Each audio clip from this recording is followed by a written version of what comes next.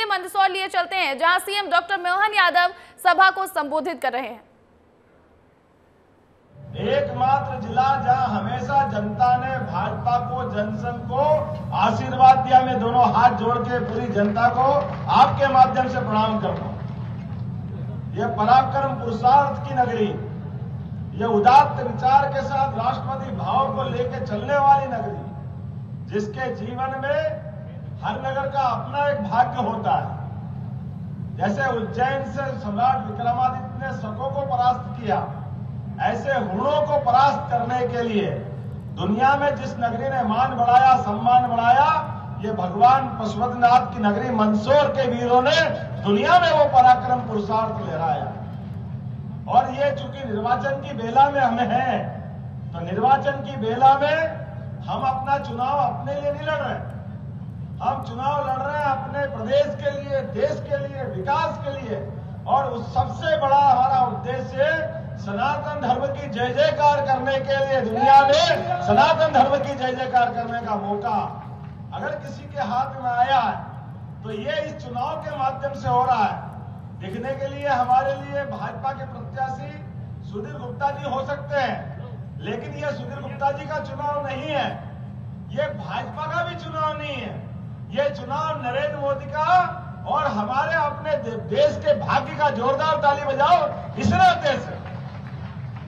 एक आम कार्यकर्ता, सामान्य कार्यकर्ता, सामान्य परिवार से निकल करके इस पार्टी का झंडा पकड़ के, झंडा बरदार हमने बहुत शब्द सुना होगा, लेकिन झंडा बरदार कहने का मतलब ही यह है जिसके हाथ में झंडा पकड़ करके उसका झंडा बरदार बनने का दम हो।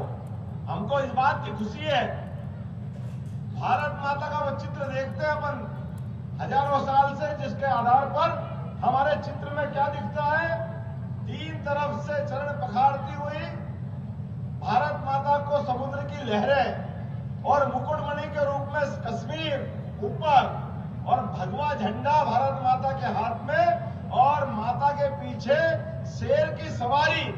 आप कल्पना करो उस चित्र की, और उस चित्र के कुछ अंश अपन सामने मिला के देखते हैं।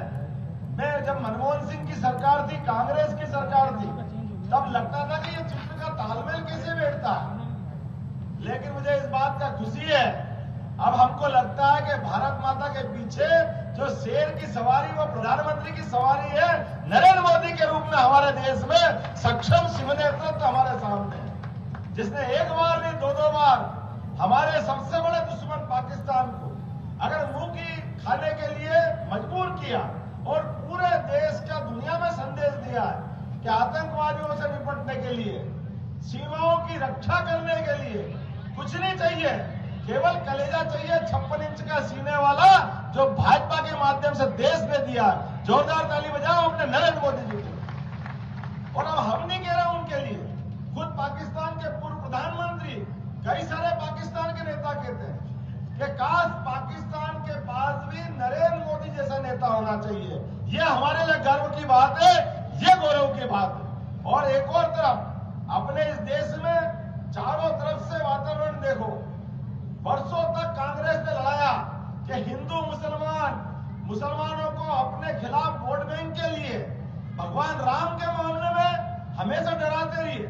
दंगे जब भी हुए कांग्रेस के माथे पे लगातार भगवान राम के मामले में अड़ंगे लगाए, तो कांग्रेस ने और उनके वकीलों ने, बड़े बड़े पदाधिकारी, कितने दुर्भाग्य के साथ कहना पड़ रहा है। और आतंकवादियों के मामले में तो आतंकवादियों को ओबामा जी, ये कौन ने शब्द दिया है?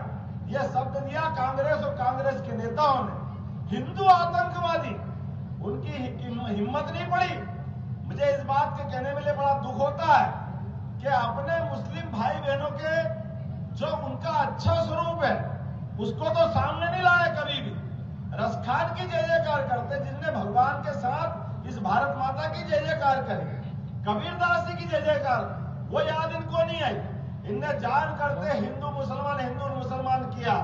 मुझे इस बात की खुशी है, अभी 10 दिन भी नवरात्रि के नहीं हुए, नवरात्रि में ईद भी मनी और रामनवमी भी मनी। पूरे दुनिया के सामने जोरदार ताली बजाओ और जय जय सिया राम बोलो। क्या आनंद आया हमारे सामने रामनवमी के दिन, जिनके बाद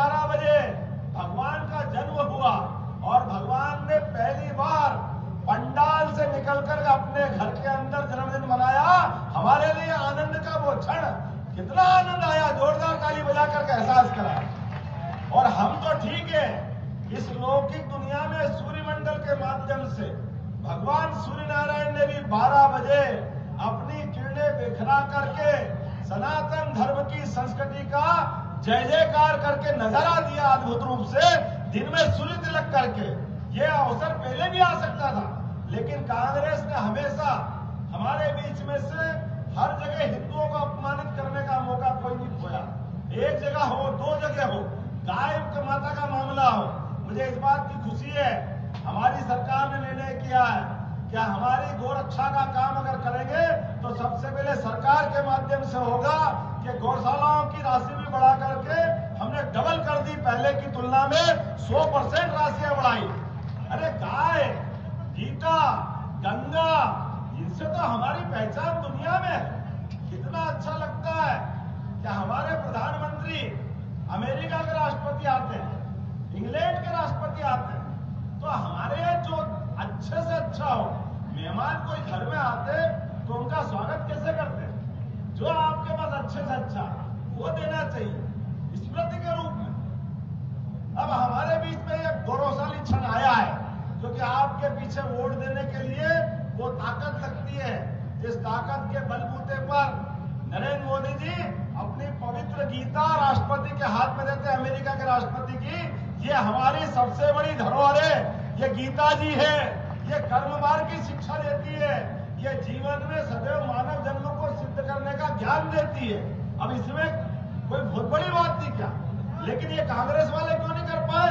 क्योंकि कांग्रेस वाले ने हमेशा हिंदू मुसलमान को 2 आंखों से देखा, 2 आंखों के माध्यम से वो अपने दूसरे एंगल पे काम करते रहे।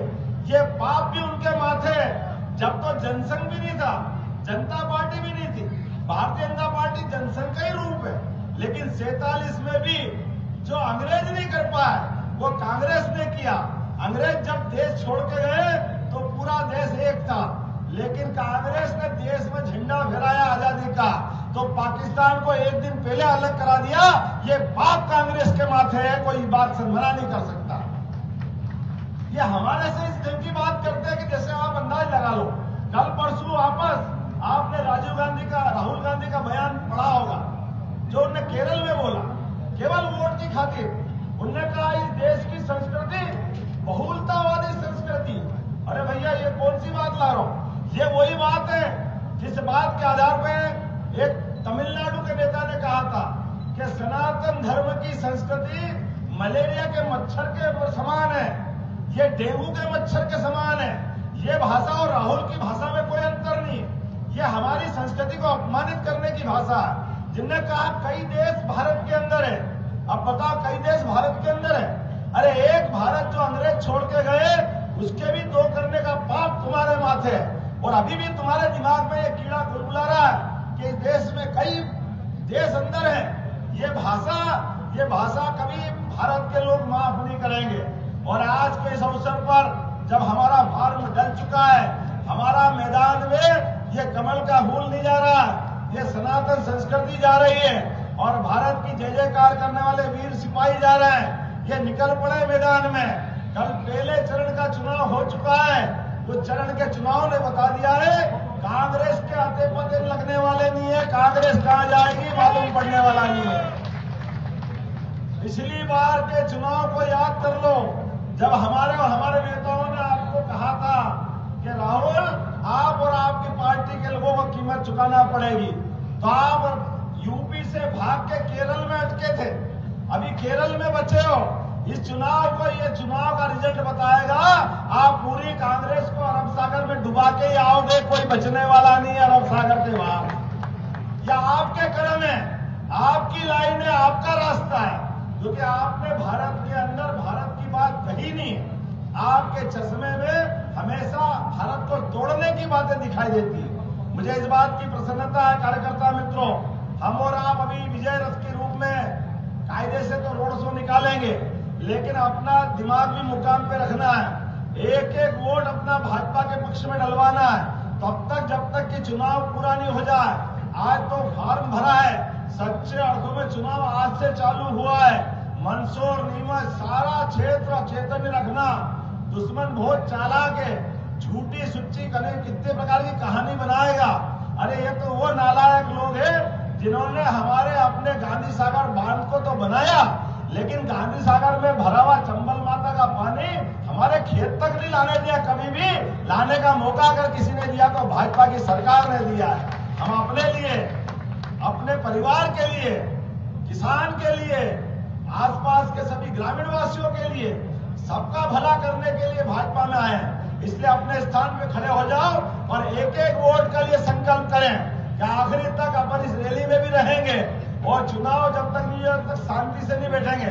माता बहनें भी खड़ी हो जाए और हम यहाँ से रोड शो में निकलेंगे और सुशील गुप्ता जी के साथ अपने आप की जीत का, क्योंकि अब सुशील गुप्ता जी भाजपा के चुनाव चिन्ह के माध्यम से आप में समाहित हो गए, तो हम सब अपन खुद चुनाव लड़ रहे हैं ये मान के चले। तो मेरे साथ सब तैयार है? बोलो भारत माता की जय, जय श्री राम, बोलो पशुपतिनाथ महाराज की। मध्य प्रदेश के मुख्यमंत्री डॉक्टर मोहन यादव को सुन रहे थे आप, और मंदसौर में मुख्यमंत्री चुनावी सभा करने पहुंचे थे। इस दौरान उन्होंने सुधीर गुप्ता के लिए चुनावी प्रचार किया, वोट मांगे, और इस दौरान उन्होंने कांग्रेस पर जमकर निशाना साधा है। उन्होंने कहा कि कांग्रेस धर्म की राजनीति करती है। जब भी भाषण देते हैं राहुल गांधी तो भारत को तोड़ने वाले भाषण देते हैं, और इसीलिए इस बार बीजेपी को जिताना है, नरेंद्र मोदी को प्रधानमंत्री बनाना है।